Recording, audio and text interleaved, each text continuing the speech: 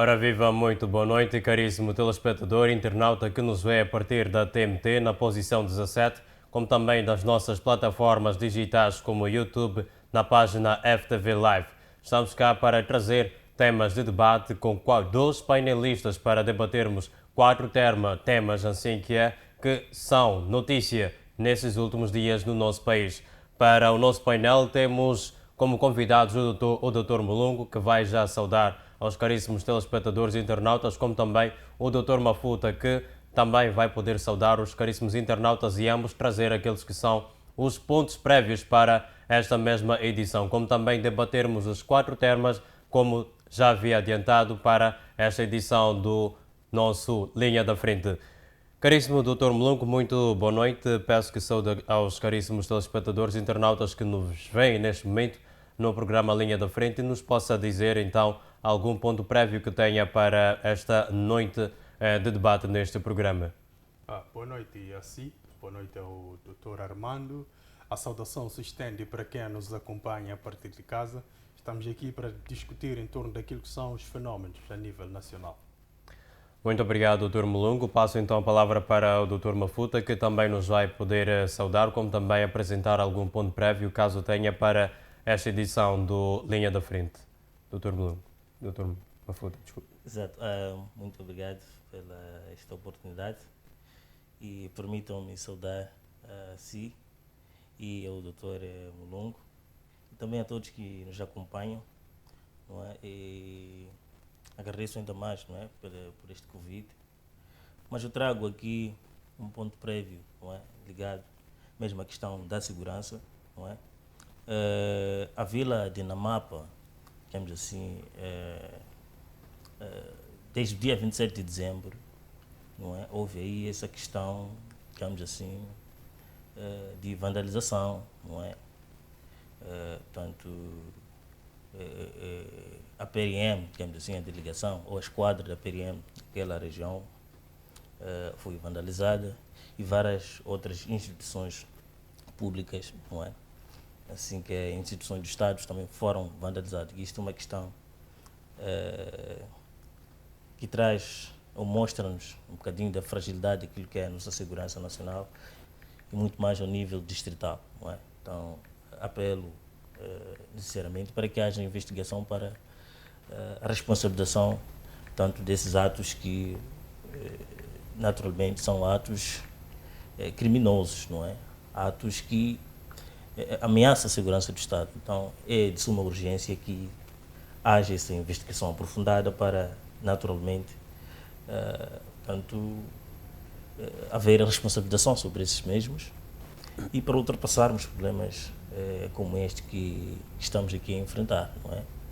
A questão de segurança é um problema que tem que ser resolvido de forma imediata, não é? Claro. Então este é mais um desafio para o nosso Estado, porque quando há vandalização e tudo mais, algumas vezes não ajudam a resolver nossos problemas, não é? Mas sim agravam os problemas e naturalmente o Estado é obrigado a retirar algum valor que poderia ser usado para outros investimentos para o desenvolvimento do nosso país. Então eu penso que é uma situação complicada e que deixa a nossa segurança fragilizada, não é? E apelamos o governo para, naturalmente, adotar medidas para ultrapassar assuntos como estes. Muito obrigado, Dr. Mafuta, por nos trazer este ponto prévio que é deveras preocupante na vila de Namapa, que têm acontecido estas questões de vandalizações. No entanto, nós vamos passar para o primeiro tema deste nosso programa, a linha da frente para esta edição de terça-feira, a única da semana, que nos fala sobre os protestos contra os preços altos e o custo de vida. Como os telespectadores e internautas bem sabem, nos últimos meses, Moçambique tem registrado um grande aumento da atenção, não apenas política, como também social, muito mais devido à questão do custo de vida nacional. O preço dos bens essenciais, como é o caso do arroz, o óleo, açúcar e até mesmo o feijão, tem levado ao descontentamento social e, deveras, também ao... Desculpe, como dizia, caríssimo telespectador, o preço dos bens essenciais disparou, como é o caso do açúcar, óleo, feijão, como também outros bens. e o descontentamento veio levar então a protestos em várias partes do país. E passo a palavra ao Dr. Mulungo para a primeira pergunta de abertura para este mesmo programa, Linha da Frente, nesta edição, para saber quais são as principais razões por detrás desse aumento do custo de vida. Dr. Mulungo.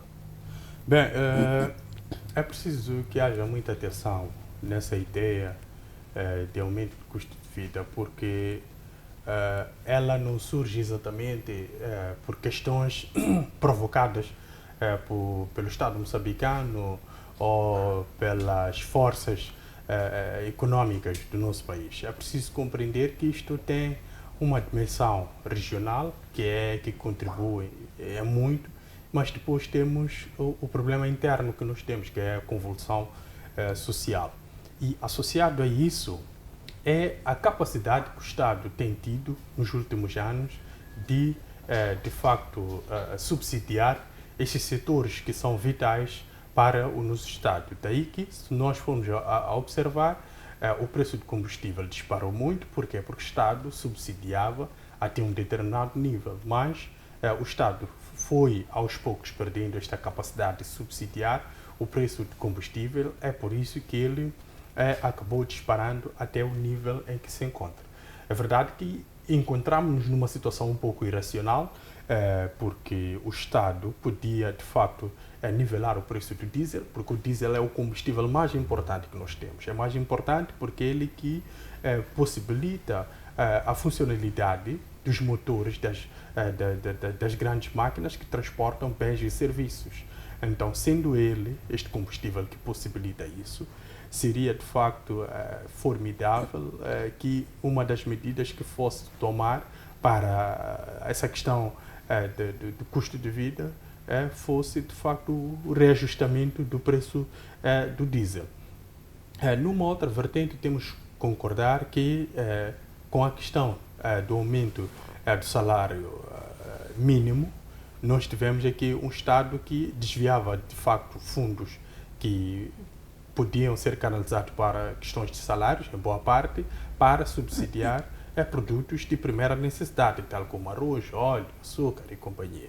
Mas porque o Estado adotou um novo sistema, questão de tabela salarial única, tivemos um aumento do salário mínimo, então o Estado perdeu, de facto, uma capacidade de ter alguma reserva que pudesse subsidiar esses produtos de primeira necessidade. Daí que nós temos como resultado esse aumento de preços, porque há uma percepção errada no meio de toda a juventude ou todos os moçambicanos de que quanto maior for o salário do indivíduo, maior é a capacidade de compra que este indivíduo tem. Este pensamento é errado, porque o salário ele pode subir, mas também pode subir o preço dos produtos. Então, basicamente, sempre vai perder a capacidade de compra. Então, é preciso que haja uma estabilidade econômica no país, que haja uma estabilidade financeira, para que haja um controle, de facto, dos vários setores que funcionam para, de facto, manter o Estado a funcionar.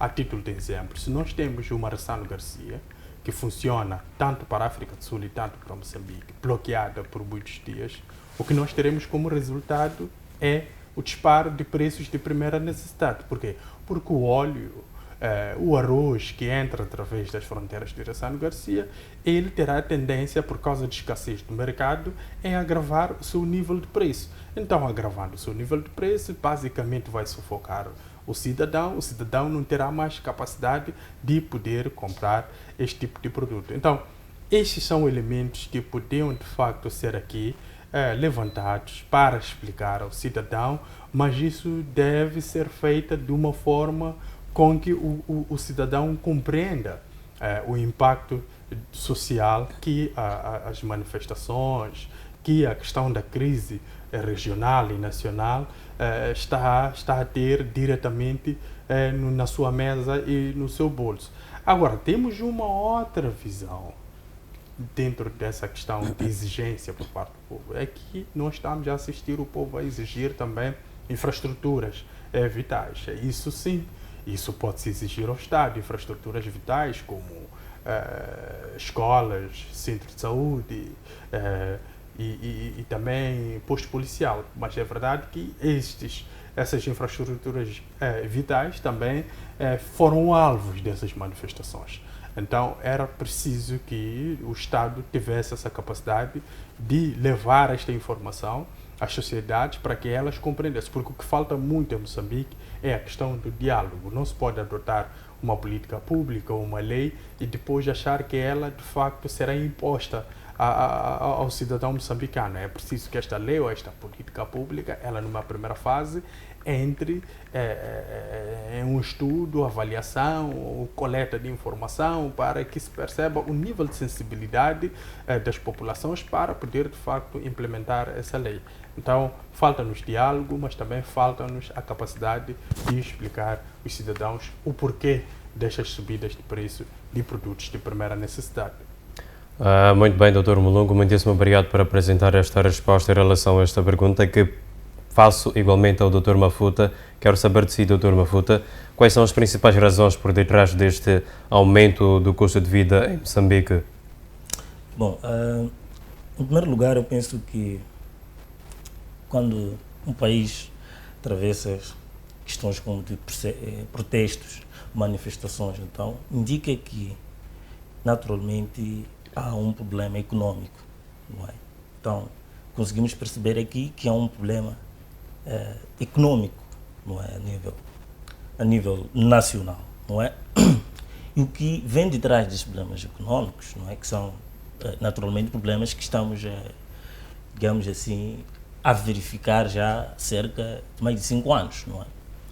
E um dos fatores, portanto, que leva a este custo de vida, que é basicamente a questão da inflação. E que Moçambique está a enfrentar uma inflação, não é?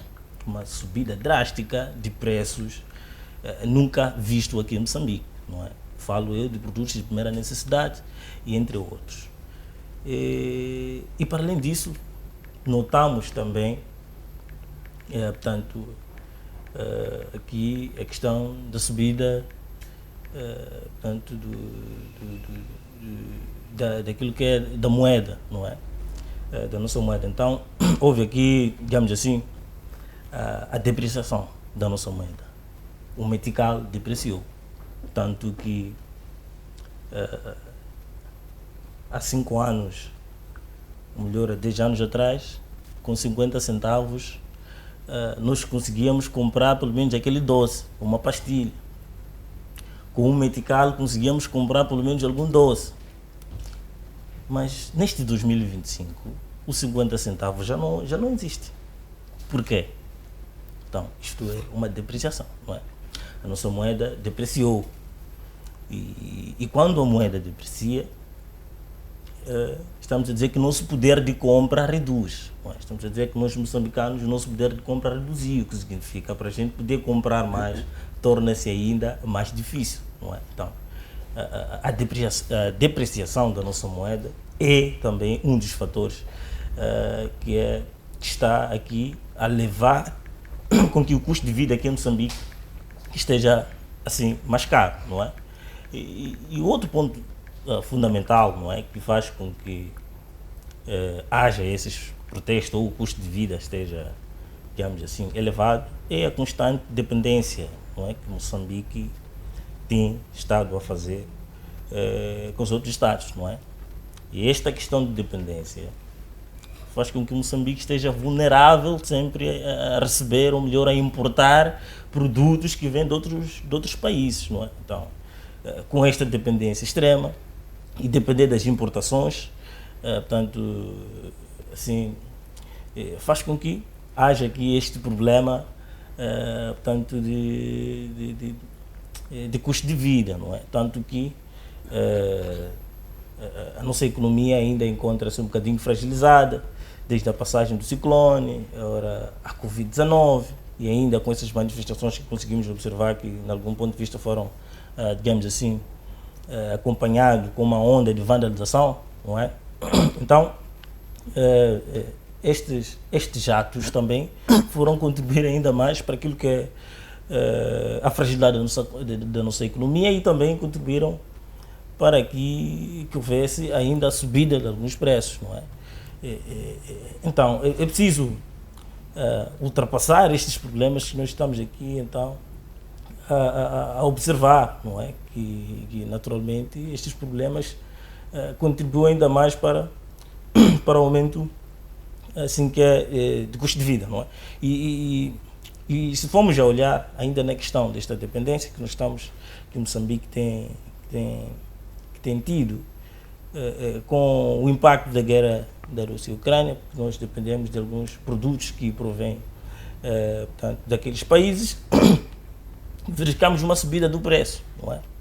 E com a subida do preço, naturalmente, os empresários, os proprietários, portanto, de grandes empresas que fornecem produtos alimentares para a população moçambicana, assim como a questão do combustível e tudo mais que provém tanto daquele país, com este impacto da guerra entre a Rússia e a Ucrânia, naturalmente os preços também acabam subindo, não é? E o outro ponto importante é que quando há subidas de preço aqui em Moçambique, não é, proveniente dos preços do exterior, é que os nossos empresários recusam-se em baixar os preços, não é? Nós conseguimos ver em algum momento o combustível tem estado a oscilar, não é? Há anos que o combustível sobe do preço a nível exterior, não é? A nível internacional, e por algum momento nós conseguimos verificar uma redução do preço do combustível, não é? Nós temos visto em outros estados fazem este ajuste. Quando o preço no exterior, não é, do combustível aumenta, eles também aumentam o seu preço, não é? E quando o preço do combustível reduz, eles também reduzem o preço do combustível no seu país. Mas é uma situação que nós não conseguimos verificar aqui em Moçambique, não é? Em Moçambique, quando o preço do combustível sobe, lá no exterior, eles também sobem o preço. E quando o preço do combustível baixa, em Moçambique, os empresários não baixam o preço do combustível. Então, é este outro problema. E isso não associa simplesmente com o preço de combustível, mas sim em outros, digamos assim, em outros produtos a nível nacional que nós aqui importamos. Então é preciso também puxar a orelha, portanto, dos grandes empresários, não é, que têm importado vários produtos, digamos assim, de primeira necessidade que é Moçambique, para terem que verificar isso e não simplesmente aumentar o preço, e quando baixa-se o preço no exterior, eles não ter que baixar o preço. E é aí onde precisamos a intervenção do governo, é aí onde precisamos a intervenção, portanto, destas autoridades reguladoras, assim que dos preços de produtos a nível nacional. Então, é de suma importância termos que observar essas questões para, naturalmente, aqui, digamos assim, ultrapassarmos esses problemas ligados ao custo de vida. Certo, muitíssimo obrigado, Dr. Mafuta, por nos trazer esta abordagem sobre aqueles que podem ser os fatores ou as razões por detrás deste aumento do custo de vida. O Dr. Mulungu destaca que não se pode implementar ou se pensar em implementar uma política pública se acreditando que imediatamente isto vai ser possível, enquanto que o Dr. Mafuta acredita que a depreciação da moeda é um dos fatores para então este aumento do custo de vida. E volto uma vez mais para o Dr. Mulungu para saber, já falou na primeira resposta, na introdução deste tema, sobre políticas públicas. Agora, no contexto das políticas económicas, acredita que as manifestações podem levar a mudanças reais nesta mesma política económica do governo? Bem, é assim, eu acredito que sim, é possível, mas é preciso perceber o nível de legitimidade dessas reivindicações no geral. Quando digo legitimidade, é que algumas coisas que são exigidas, elas, em termos práticos, não têm espaço para ser aplicadas, porque elas derivam massivamente da politização. Então, coisas que geralmente derivam da politização, elas, o sentido basilar delas é, de facto, criar uma pressão para desestabilizar e não criar uma pressão para, de facto, conhecer um desfecho positivo. Então, a partir daí, sim, pode-se fazer esta avaliação.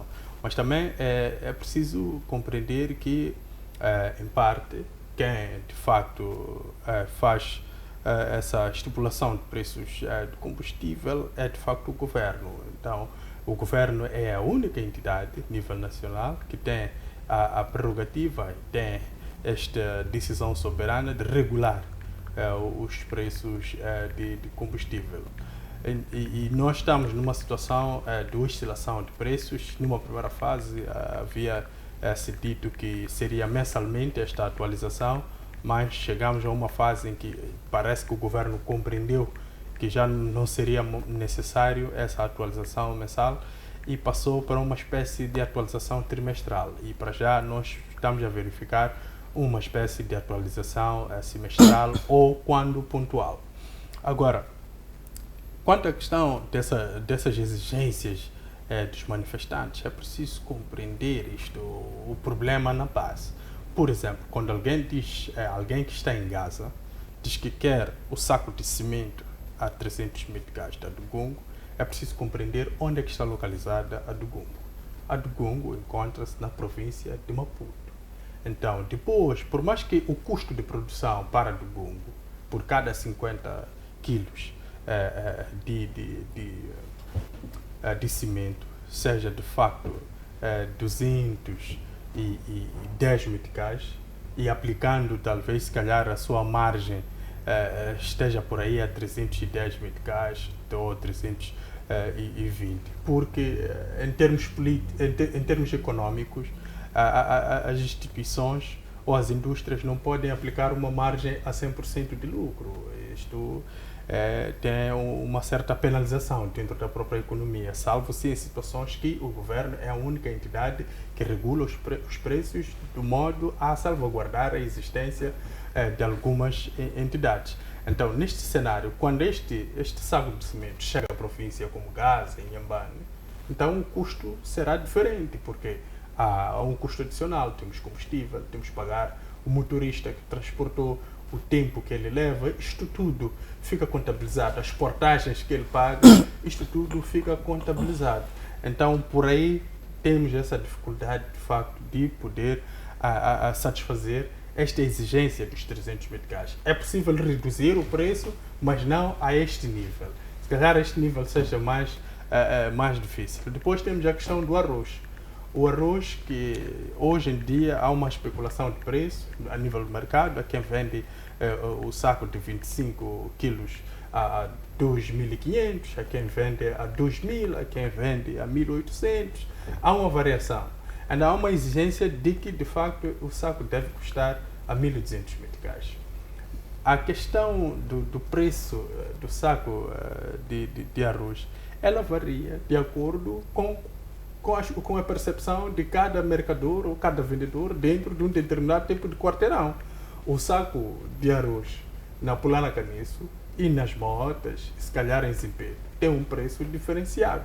Isto porque o custo do vendedor de Maguanina ou Motas e Zimpeto e Pulana Caniço é diferente, porque cada um tem o seu custo para ir buscar o produto até a sua prateleira. Então é preciso compreendermos que os preços por aí sempre vão oscilar. E também tivemos esta questão da vandalização dos armazéns. Os armazéns que continham arroz. Então, como há escassez de arroz no mercado, isto significa que este produto, de facto, vai sofrer aqui um agravamento de preço, porque há muita demanda para pouca oferta. Então, por aí nós temos que começar a compreender que é um pouco difícil ajustar o preço até o nível desejado de quem consome. Porque o governo também não pode abrir um espaço para que todas aquelas imposições ou exigências da população, elas tenham um efeito àquele nível que as populações desejam. Senão vamos entrar numa fase em que a população, tudo que decide é uma questão de ordem, deve ser cumprida. A população tem que compreender que ela empresta o poder ao governo, e o governo está em representatividade à população. Então, nesse emprestar do poder, o governo tem esta prerrogativa, de facto, de decidir o nível de preço de alguns produtos, mas os outros, há alguns produtos principalmente este de primeira necessidade, que não são regulados os seus preços pelo governo. Tu tens o João, que tem a sua mercearia no bairro, que está a ajudar a comunidade local, ele vai aplicar o preço dele.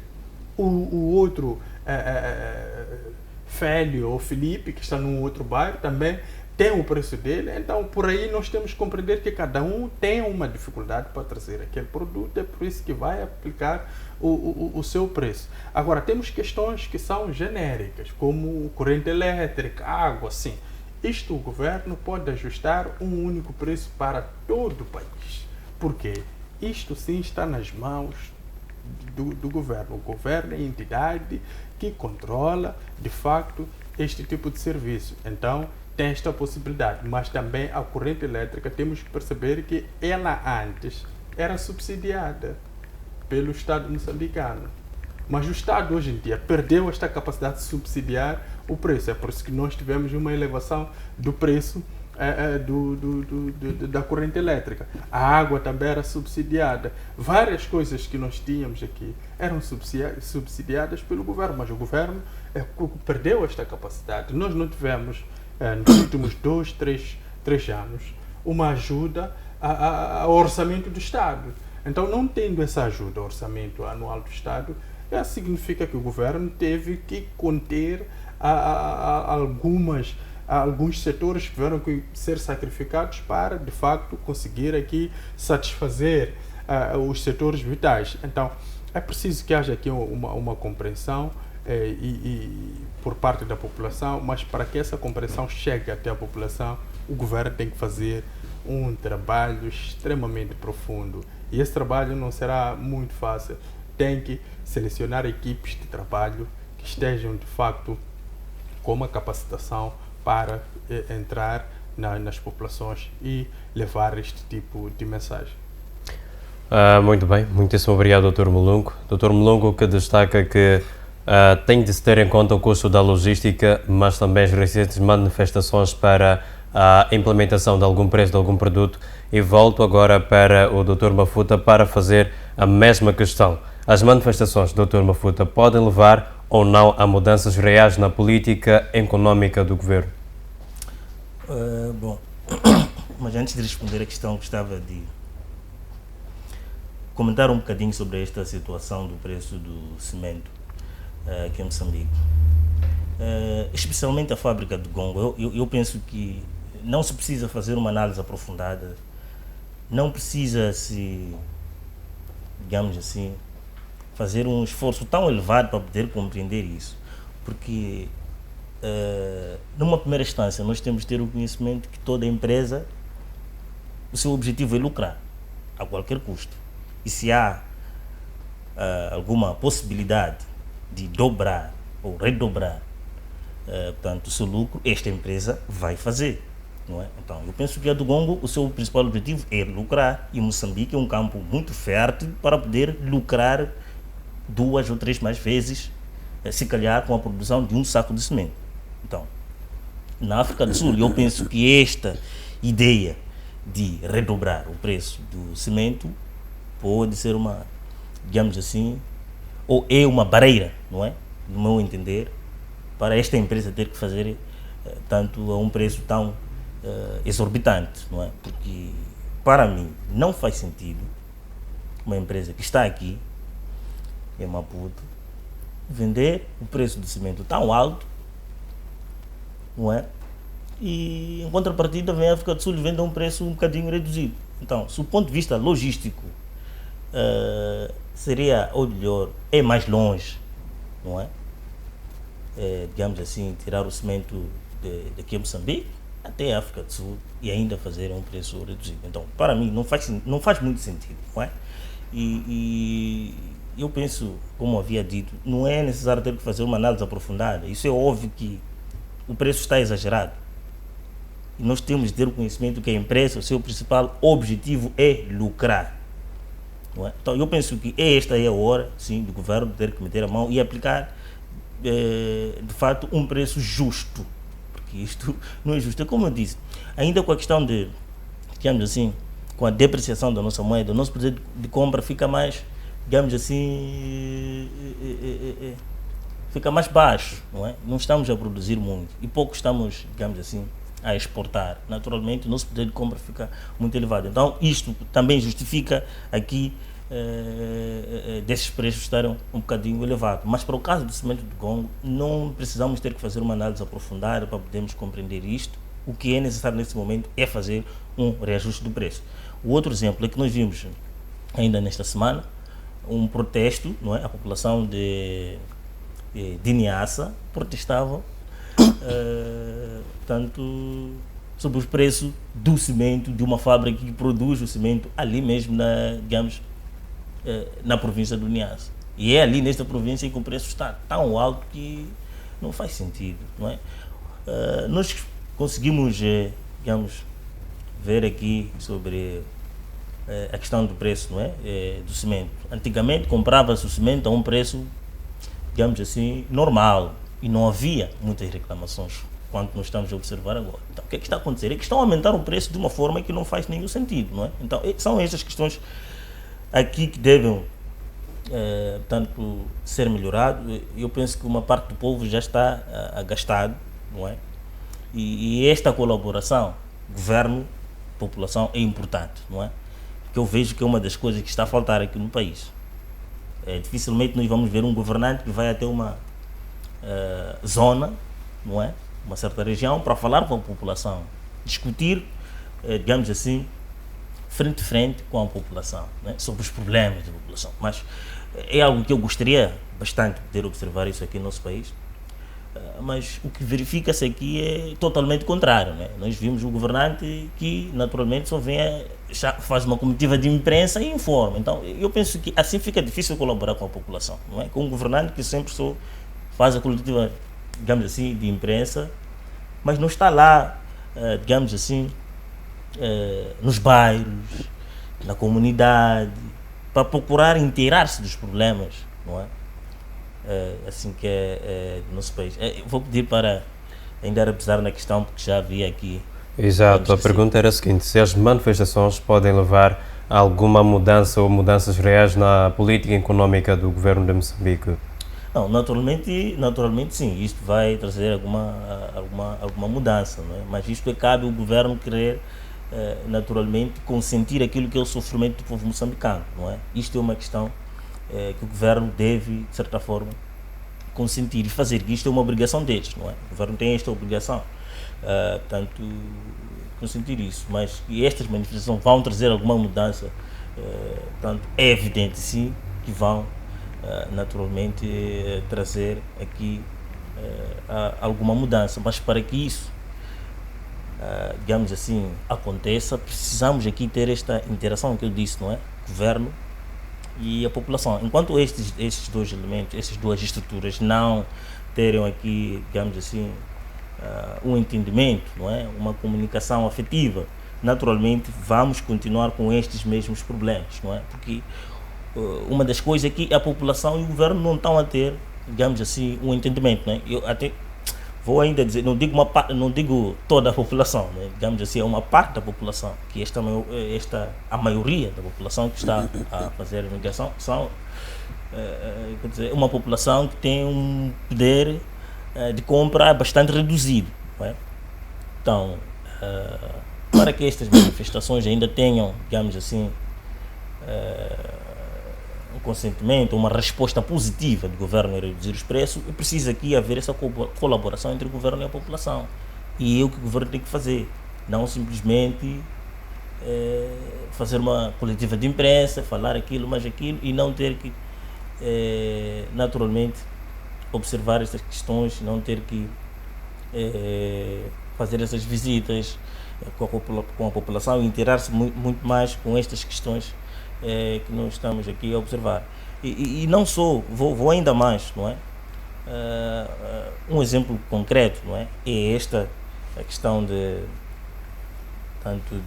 algumas detenções que, sob um ponto de vista, nem foram legais, não é? No âmbito das manifestações que observamos aqui nos meses passados, não é?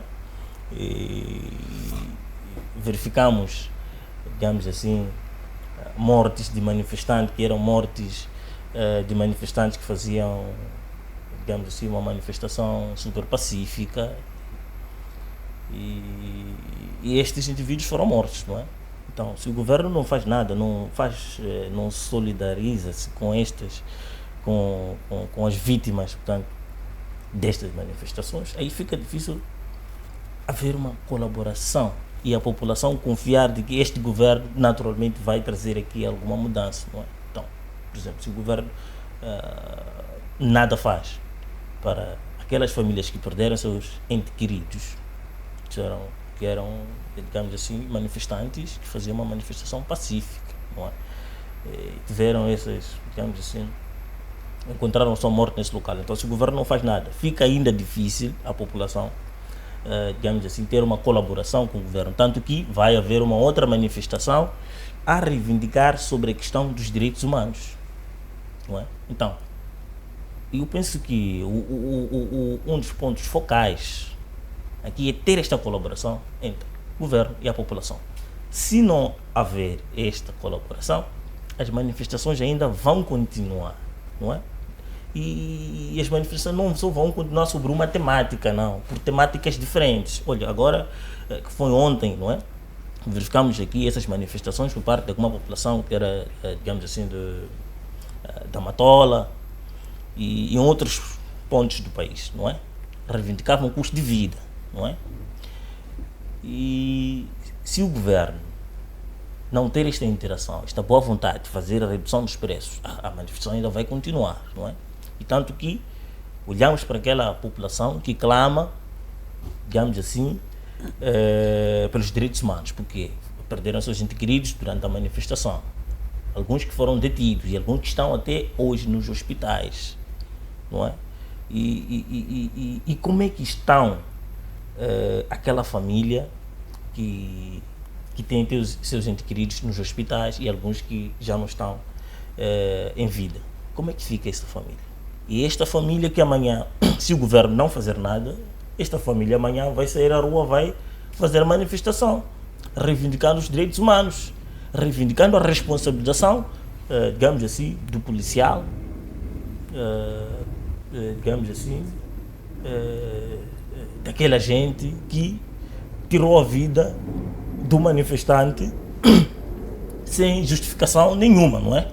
Então, o ponto fundamental é este: colaboração, população e governo. Se ultrapassarmos aí, vamos conseguir verificar grande mudança, não é? Se a população, que é igualmente o povo, diz que o povo é que está no poder, e se não há esta colaboração entre o povo e a população, vamos continuar aqui a ter estes grandes problemas. Mas eu penso que não é um problema em que o governo tem que, digamos, levar tanto tempo a poder resolver, não é? É uma questão de pacificar o país, não é? Começando, digamos assim, responsabilizando essas vítimas que deram no âmbito da manifestação, haver aqui uma colaboração tanto com o setor empresarial, reduzindo um bocadinho os preços, não é?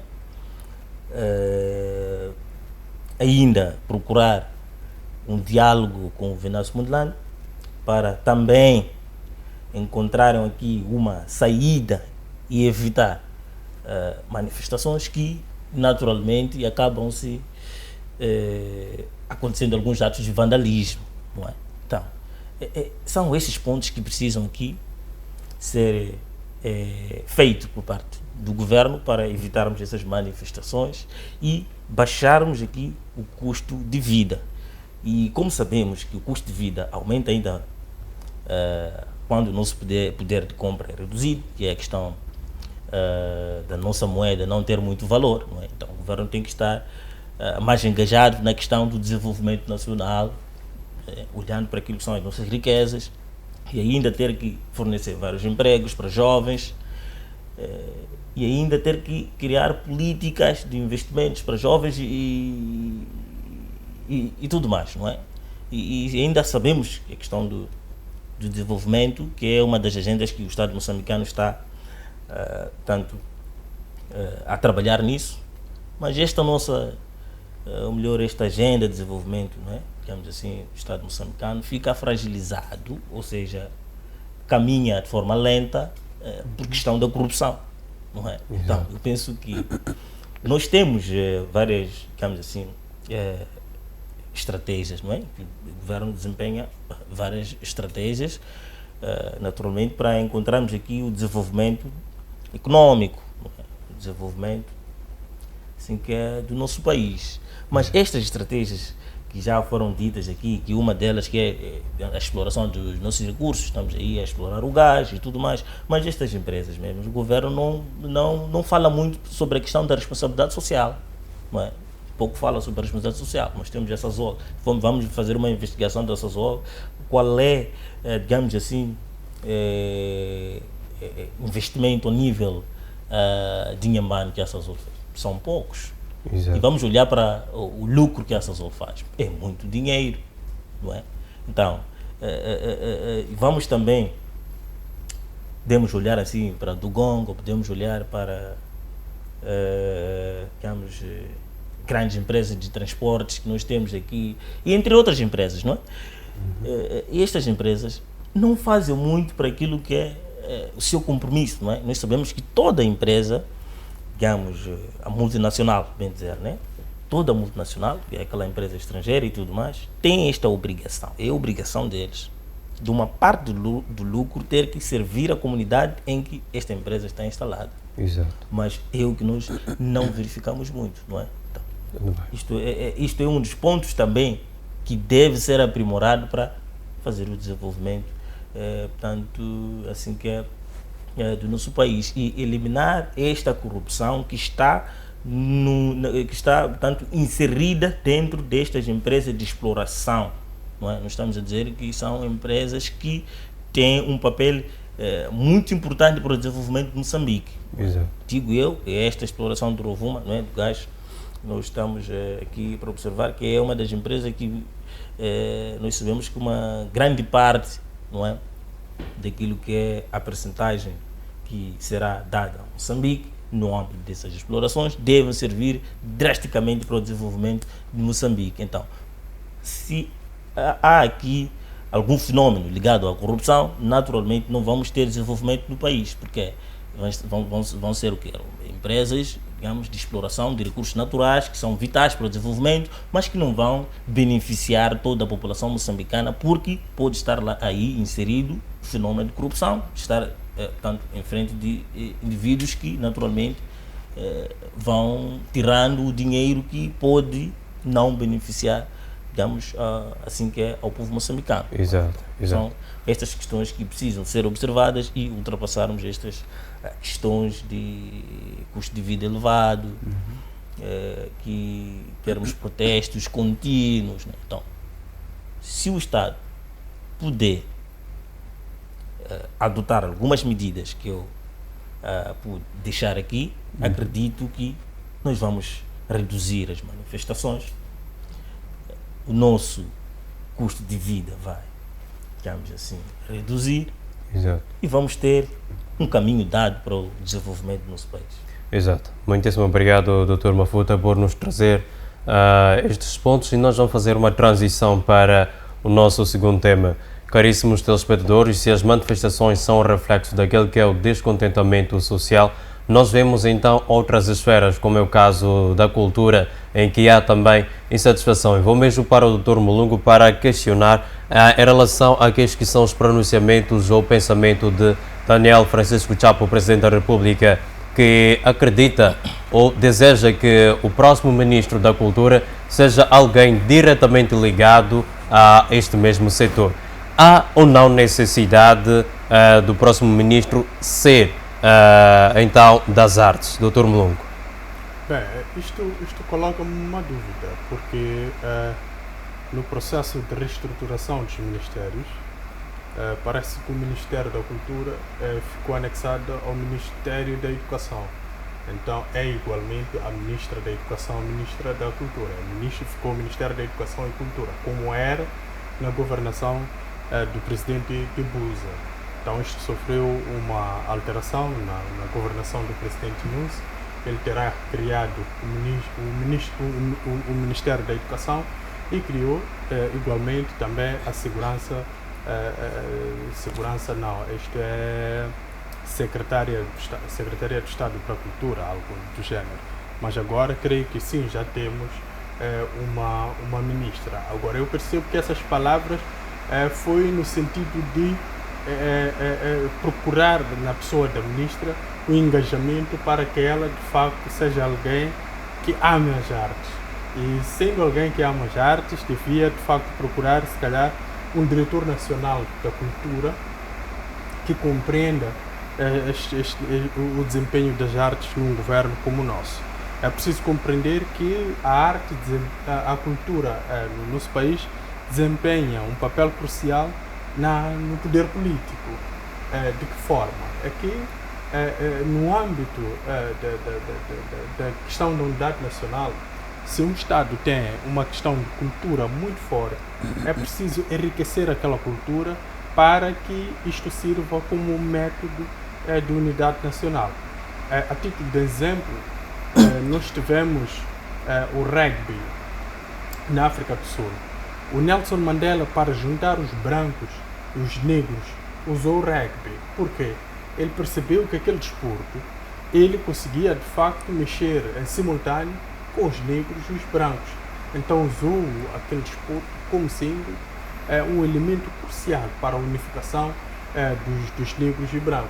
Tanto que no jogo que a África do Sul teve contra, se a memória não me traiçoa, contra a Austrália, toda a África do Sul esteve ela parada, os brancos e negros abraçados um ao outro, de facto, para ver o jogo. Ou seja, o jogo serviu do elemento aglutinador e do elemento unificador dos sul-africanos.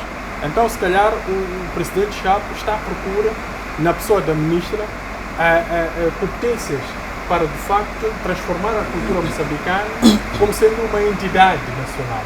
Porque a partir do momento que uma cultura ela serve de entidade nacional, isto abre espaço para que tenhamos esta unidade nacional.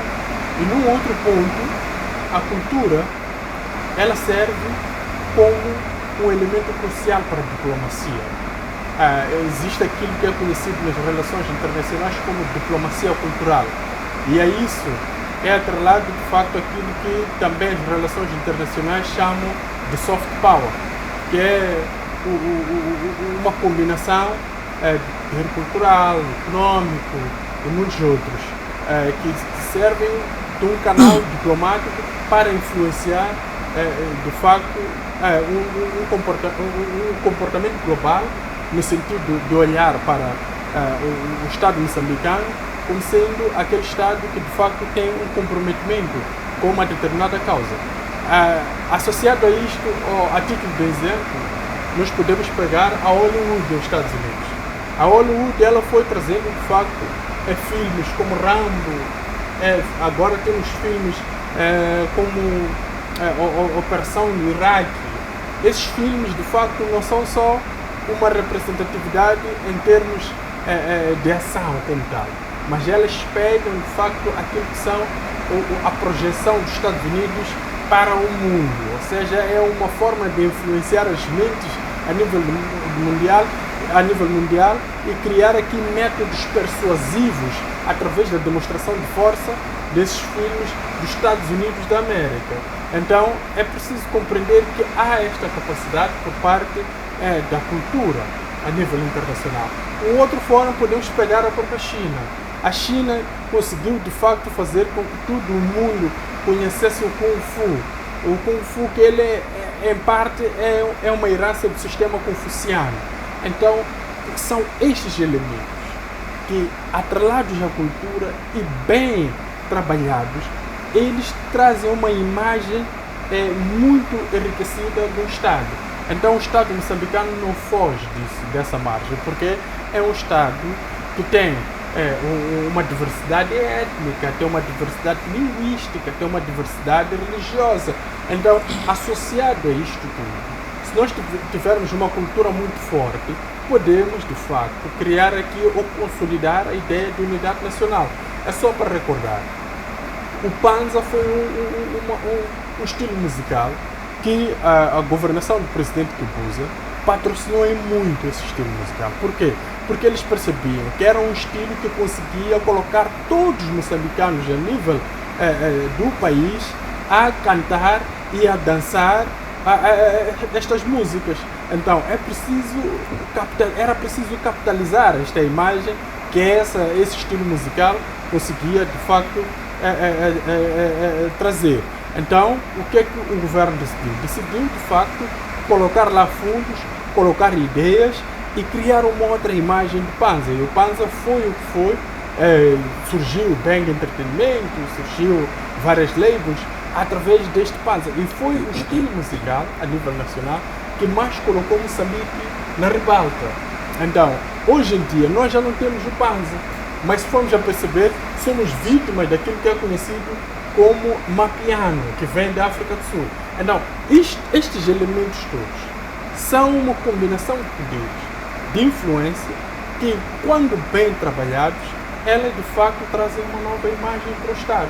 E nós não estamos a capitalizar. Temos a marrabenta, é uma cultura que tem mais identidade identifica mais o público do Sul. Não temos um estilo musical para o público do Centro, não temos um estilo musical para o público do Norte. Se temos, é um estilo musical que ele de facto é conhecido no Norte, é conhecido no Centro. É preciso que tenhamos todos nós, Sul, Centro e Norte, um único estilo musical que nos identifica, ou uma única forma de ser, de estar, que nos identifica. Um outro ponto, se formos a ver, nós temos uma diversidade étnica e religiosa. Não podemos usar, somos um Estado laico no meio disso, então não podemos usar a religião cristã, a religião islâmica como nossa identidade. Então nós temos que procurar. Então no meio deste procurar, é aí onde o Presidente Chaves está à procura de uma figura a nível daquele Ministério que tenha capacidade de buscar esses elementos, combiná-los e fazer com que haja de facto uma boa imagem de Moçambique, tanto a nível interno como também a nível externo. Certo, muitíssimo obrigado, Dr. Mulungu. Passo agora para o Dr. Mafuta para uma outra questão. Eu desejo saber, porque acredito que os caríssimos telespectadores e internautas também, que impacto as políticas culturais, já que falamos sobre políticas públicas e económicas, agora vamos para o contexto das políticas culturais. Qual é o impacto que elas têm trazido ou tiveram no desenvolvimento das artes em Moçambique? Bom, não verificamos um desenvolvimento tão elevado, não é? Dos anos anteriores, digamos assim, não há, do meu ponto de vista, um desenvolvimento tão elevado sobre a matéria assim, que é da cultura em Moçambique, não é? Tanto que o meu colega de painel já havia dito que havíamos aqui criado um estilo musical que desapareceu, não é? E não só, eu vejo isto também com uma falta daquilo que é de conhecimento técnico, do ponto de vista de diplomacia cultural, não é? Digamos assim, que a nível internacional, a nível assim, digamos assim, posterior, nós temos, digamos assim, pouca diplomacia cultural, não é? Que é muito fundamental que tenhamos um líder, digamos assim, uma ministra que estará naturalmente à altura de fazer esta diplomacia cultural, não é? Quando falamos de diplomacia cultural, é fazer negociações, fazer, digamos assim, acordos de cooperação com vista a promover a nossa cultura a nível internacional, não é? Então, buscar a diplomacia cultural como uma das estratégias da nossa política externa, não é? Eu acho que Moçambique tinha que adotar esta estratégia, não é? De fazer o desenvolvimento, não é? Assim que é da nossa cultura ao nível internacional. Isto para mim é um aspecto muito importante que também vai contribuir para aquilo que é o desenvolvimento do nosso país, não é? Porque quando se desempenha uma diplomacia cultural, não é? Naturalmente atrai alguns turistas, não é? Para cá em Moçambique. Então, tendo estas duas temáticas alinhadas vai, de certa forma, contribuir aqui para algum desenvolvimento do ponto de vista cultural e desenvolvimento econômico do nosso país, não é? Na medida em que vai se criando centros turísticos que naturalmente evidencia ou conta tanto assim que é a nossa história nacional e tudo mais. E isto atrai turista e também pode-se, digamos assim, cobrar algumas taxas para o turista poder visitar aquele local que é onde existem, digamos assim, vários assuntos da nossa história. Mas eu penso que a nossa, digamos assim, os nossos aspectos culturais vêm perdendo a perna a cada tempo, porque nós conseguimos verificar que nós mesmos é que começamos a eliminar a nossa identidade cultural, não é? Eu digo isso, digamos assim, olhando para as governações passadas, que era o setor da educação muito mais, que proibia um aluno, digamos, da escola primária ou secundária, de ter um cabelo grande. Vejamos a que momento nós estamos, não é? Proibir um aluno de ter seu próprio cabelo, obrigar o aluno a cortar. Quem entra com cabelo grande tem que tirar. E por quê? Nosso cabelo é uma identidade cultural. Eu sou um jovem negro, tenho o direito de criar meu cabelo até o tamanho que eu quero. E não pode ser um professor que deve me proibir de cortar o cabelo. Mas o que eu tenho de fazer é minimamente organizar o cabelo, não é? E ir para a sala de aula e estudar. Então, o que o governo faz? Não é? Digamos que na altura nós tínhamos o Ministério assim, tínhamos um ministério que tratava dessa questão da cultura ainda ligada assim à questão da educação, não é? Então, éramos proibidos, ou até nestes dias de hoje, somos proibidos, e os alunos ficaram com cabelo grande. E isto vai estar a eliminar aquilo que é o seu direito de demonstrar aquilo que é a sua identidade cultural, não é? Então, isto tende a acabar, porque é a eliminação daquilo que é da nossa identidade cultural, não é? E eu digo isso porque em várias escolas, não é, do país, tínhamos escolas primárias, assim como secundárias, em que um aluno negro, digamos assim, nós moçambicanos, éramos proibidos de ir com cabelo grande, tínhamos que cortar o cabelo e ir para a escola cabelo curto. Mas tinha os alunos, digamos assim, que eram brancos, ou melhor, alguns chamam de mulatos, não é? Estudava e o professor pouco criticava sobre cortar o cabelo. Então isto nós temos que terminar, porque se continuarmos assim, a proibir os alunos de criar o seu próprio cabelo, estaríamos a eliminar a nossa própria identidade cultural. Então, este é um dos pontos fundamentais que eu creio que esta governação atual tem de eliminar, que estas regras que para mim não fazem nenhum sentido, não é?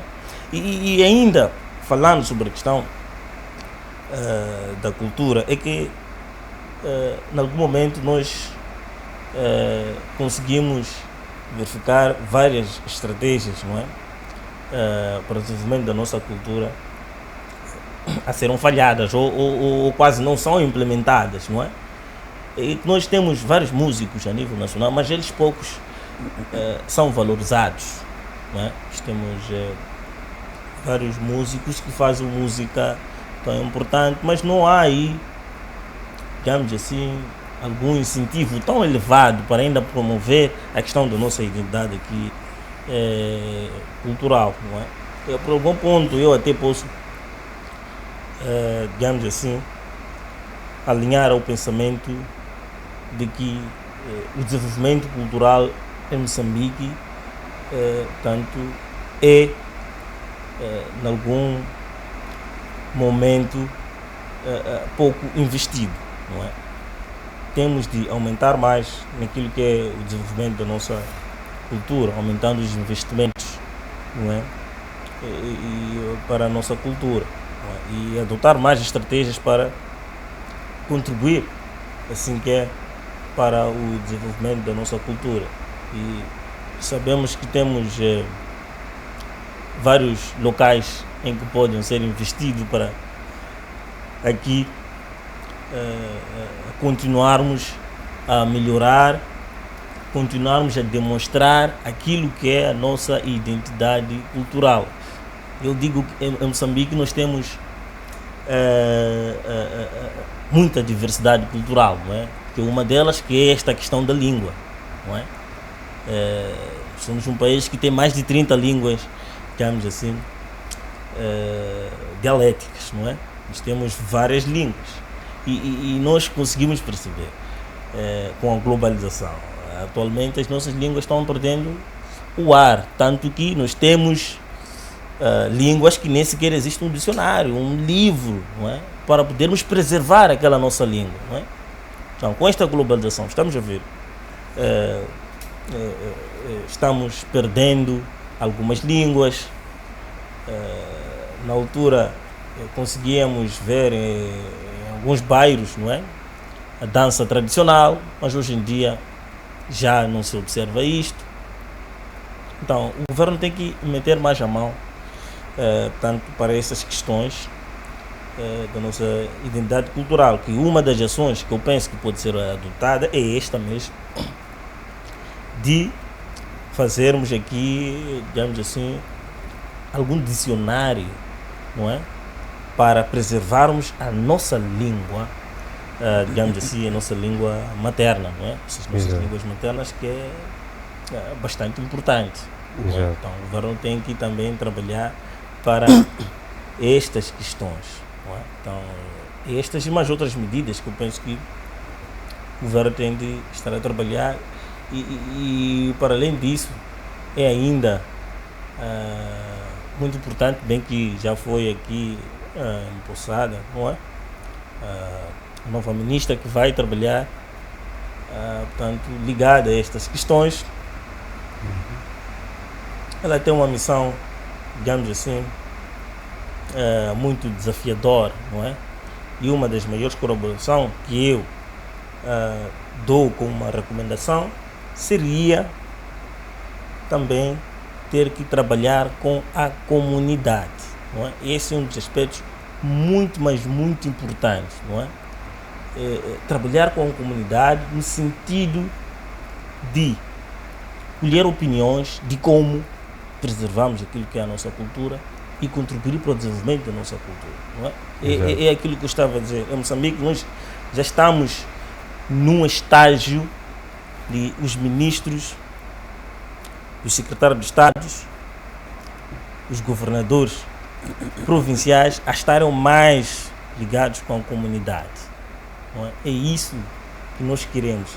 E se os governantes estiverem mais lado a lado com a comunidade, com a população, eu creio que vários problemas nós vamos reduzir, não é? Então,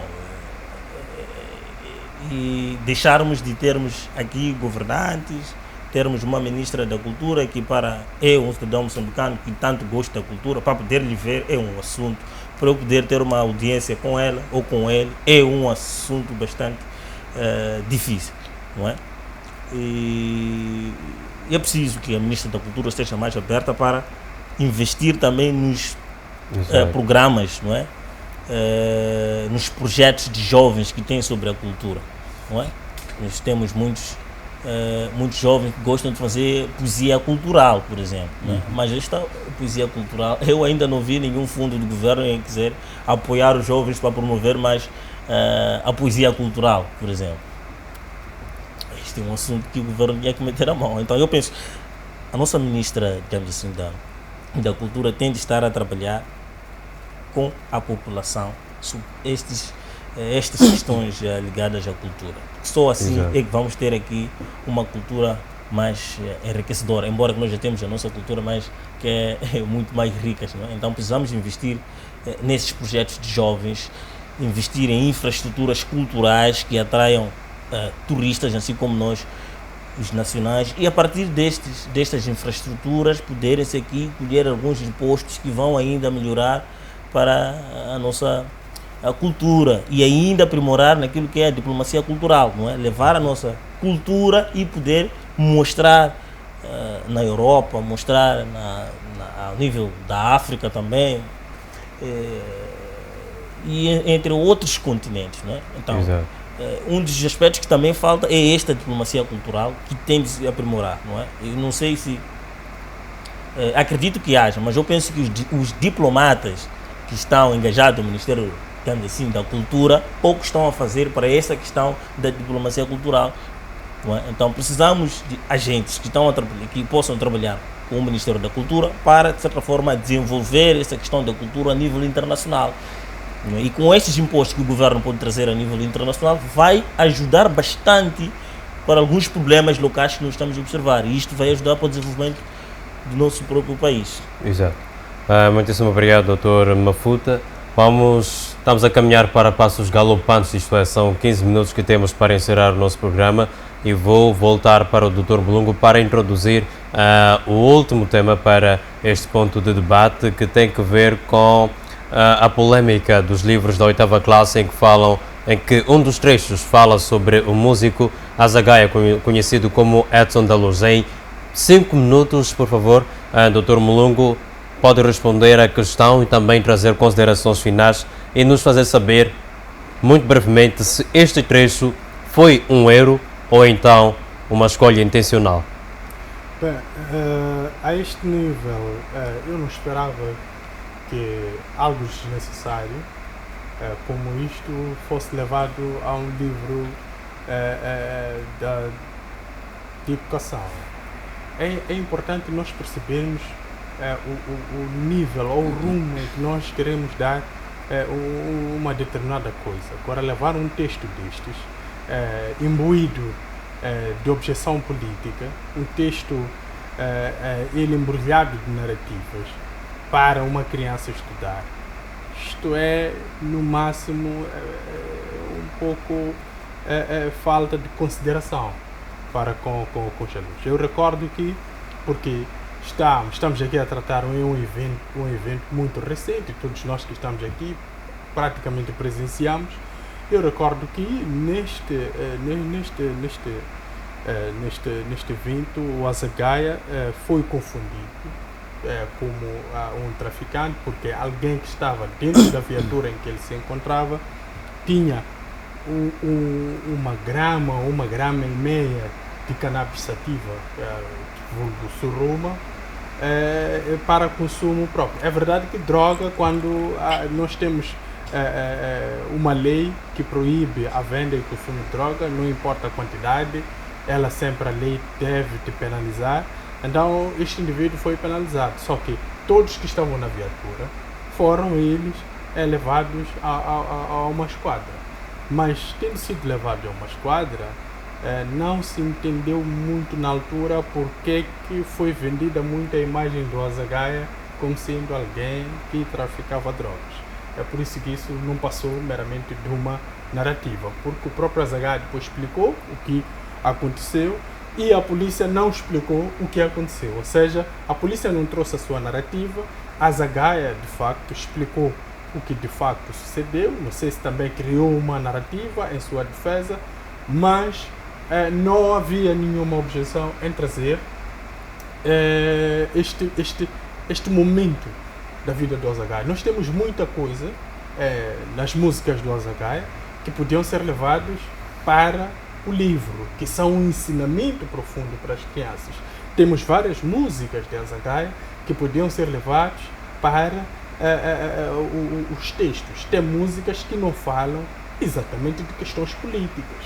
Tem músicas que fazem uma abordagem social vincada para questões de abuso sexual, para questões de casamentos prematuros. Isso tudo o Azagaia tratou nas suas músicas, então podia ter-se levado uma dessas letras da sua música, que são letras muito ricas, para que as crianças pudessem aprender nas escolas. O mesmo que Portugal faz com as letras de um rapper como Boy Ceci. Então nós podíamos ter feito a mesma coisa. Agora levar uma narrativa para as crianças aprenderem.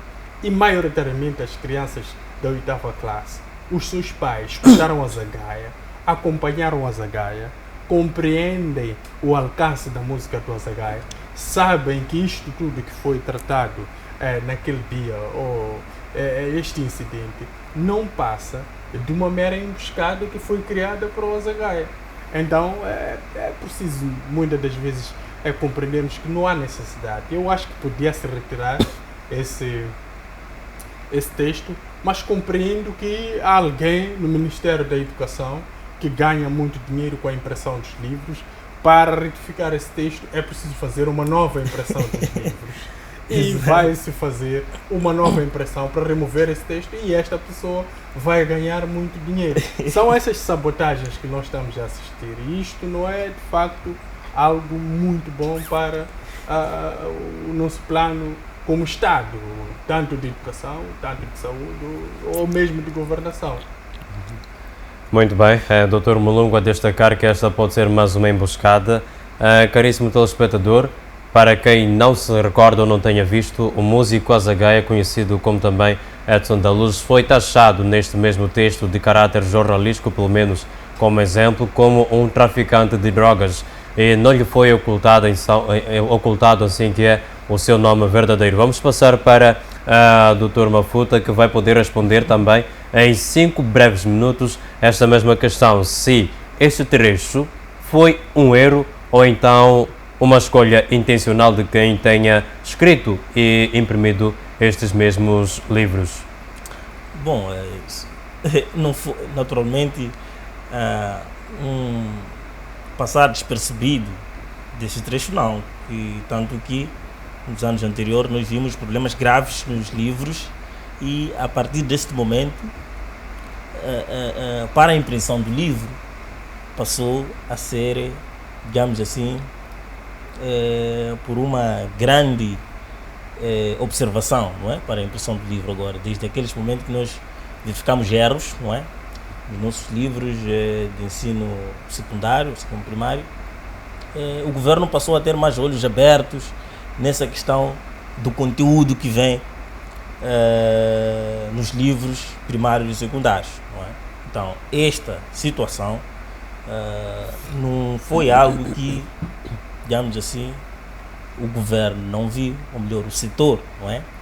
Digamos assim, da educação, que tutela estas questões todas. Digamos que este livro passou por uma revisão rigorosa até a sua aprovação e publicação, não é? Então, não se pode dizer que foi um erro, digamos assim, despercebido, não é? Isto é uma indicação clara que isto foi, passou por uma grande observação, passou por uma revisão, então é mesmo, e isto eles viram, analisaram e pensaram que o texto está tudo bem e merece ser aprovado e ser publicado, não é? Agora, o que me parece este conteúdo, não é? Eu penso que o Ministério foi um bocado infeliz, não é? Em conotar o Azagaia para estas questões, não é? Eu penso, até me parece que estava-se a fazer aqui um jogo de, digamos assim, de difamação ou acusação, não é? Ou um jogo de resposta contra, digamos assim, algumas ações que a Azagaia, digamos assim, tem feito, não é? Eu penso que o governo, o Ministério da Educação, ou os mesmos que tanto colocaram este texto, foram bastante infelizes. Olha aqui, digamos, assim, que a Azagaia, não é, quando estava em vida, nas suas músicas criticava o governo. Isto é óbvio, criticava o governo e no dia, tanto assim, do seu velório, não é? Foi um dos marcos fundamentais desta nova, digamos assim, onda de manifestação e reivindicação, tanto de vários problemas, né?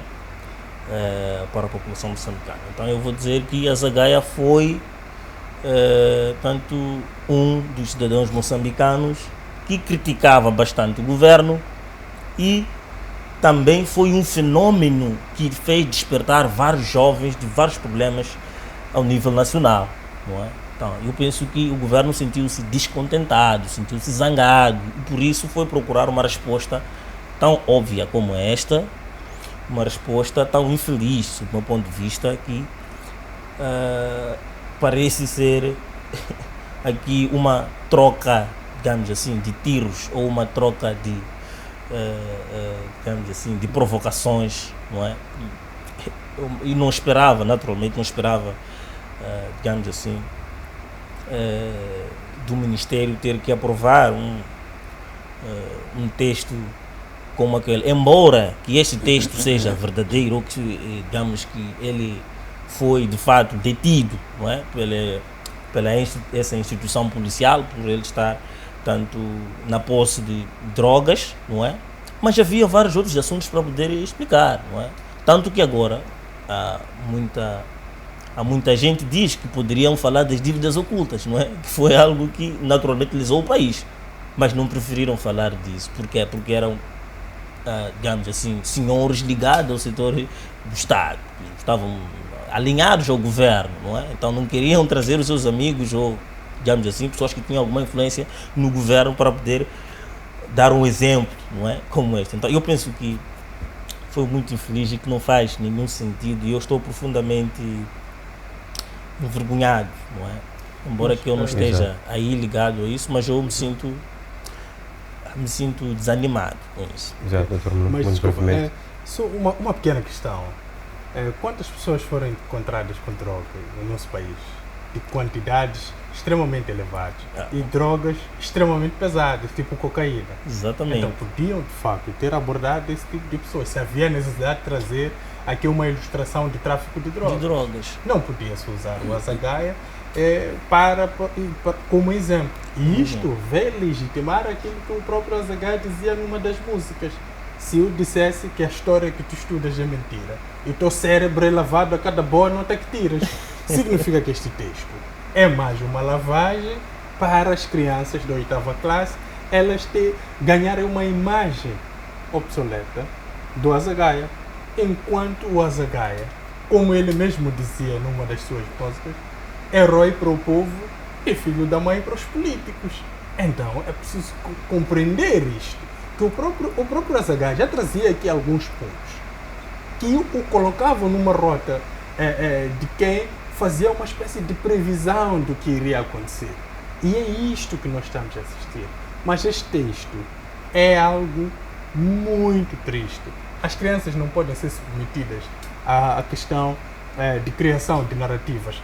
Já estudamos narrativas, sim, depois descobrimos que era ou não era, principalmente a questão do primeiro tiro, mas pronto, até este nível onde as pessoas que consomem a informação ainda estão muito vivas, ainda são muito jovens, eu acho que é um problema. E eu, por isso que digo, o nosso Estado, ele foi assaltado.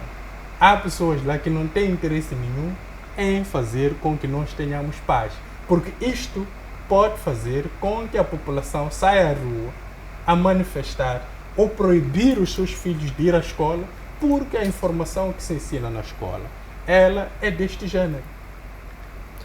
Exato. Muitíssimo obrigado, Dr. Mulungo, como também Dr. Mafuta. E terminamos, caríssimos telespectadores e internautas, esta edição, terça-feira única da semana do programa Linha da Frente, com o Dr. Mulungo a dizer que esta pode ser uma condição para mais manifestações por conta dos pais descontentes com o fato dos seus filhos estarem a aprender que Azagaia foi um traficante, uma informação que podia não ter sido vinculada, visto que o músico moçambicano Azagaia, já falecido, teve também alguns feitos positivos, visto que era um músico de intervenção social.